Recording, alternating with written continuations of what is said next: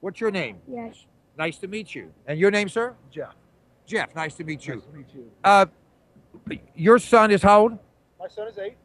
And your son reminds me of Sarah Palin's son, Trig. Trig. We just had the opportunity to meet Trig a little while ago. Isn't that special? Yeah, we were one of the VIP greeters from Noblesville representing Down Syndrome, Indiana, and Dads Appreciating Down Syndrome. Now, folks, for those of you who don't know, turn around here, young man, so the camera can see you right there. For those of you who don't know, this young man is a perfect example of God's genius, of God's will, of God's design. And I, in my church, have been blessed to know a number of children, watch them grow up from the day they were born to where they became full members of the church. And there's some facts out there that you really need to know. But I don't want to say anything negative around your son. But let me ask you about Governor Palin. Let me scoot in a little bit so you're not having to duck your head there. Let me ask you about Governor Palin. Besides her obvious love for her son and her appreciation of this situation, your feelings about her as a potential presidential candidate? Well, came out to greet Senator Palin as a parent of another son with Down syndrome. Sarah Palin and I probably have some differences of opinions on the political stratosphere, but the great thing about this country is we can have intellectual discussions about those differences. But when it comes to Down syndrome, one of the things that we're trying to accomplish is the fact that folks in the media, specifically just Oprah Winfrey the other day, referred to Trig as being Down syndrome, and Trig is not Down syndrome. Trig happens to be a wonderful young man, just like my son Nash, who happens to have Down syndrome, which is only one small part of what makes up his personality. What I'd really like to see happen is people work together to create additional education for prenatal testing, because with the new prenatal testing, over 90% of the positive tests for Down syndrome are currently terminated. And while I'm not here to get in a pro-life or pro-choice debate, what I would like to see is a concentrated educational effort so that everyone that does have that prenatal test done that comes back with a positive result for Down syndrome has the opportunity to get updated and accurate information and meet other families and other kids with Down syndrome so that they can see life's not bad. Life's just maybe a little different than what you thought it was going to be. Well, I would go further. I would tell you folks, and I've ranted and raved on this, and I will do it again.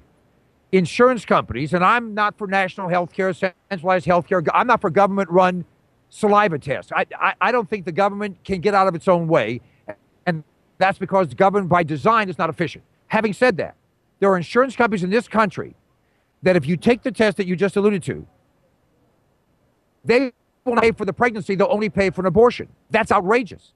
That's unacceptable. And that has to be changed. That's one of the reforms we do need. And also, those tests are not accurate 100%. They're not even accurate 90%. They're not even accurate 80%. They're accurate about 70%, 65, 70% of the time. So you could be terminating your child. First of all, terminating your child, and I will get to pro-life, pro-choice. Terminating your child is wrong. If you believe in abortion, you need a lobotomy. I'll be glad to perform it. I have a penknife. Baby. Every baby is put there by God. If you don't appreciate the child, I understand. I promise you, someone will take that child. If you don't want the child, I'm not going to say anything. But don't do anything to the child. The child deserves the right to live. And every baby, like Nash, is a blessing. Can change the world for the better. An opportunity to give is greater than an opportunity to take. And a child like Nash gives you an opportunity to give love unconditionally. Am I overstating?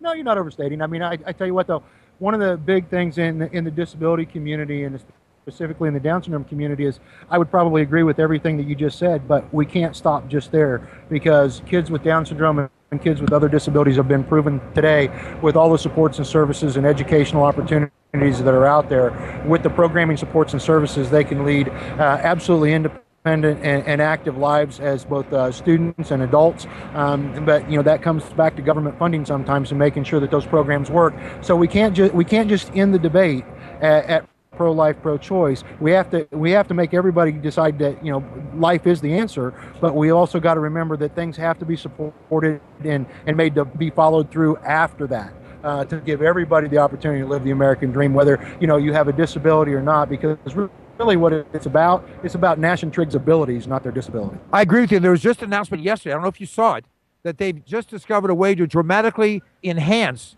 this situation. Sure. It just came out yesterday. I mean, here's the reality.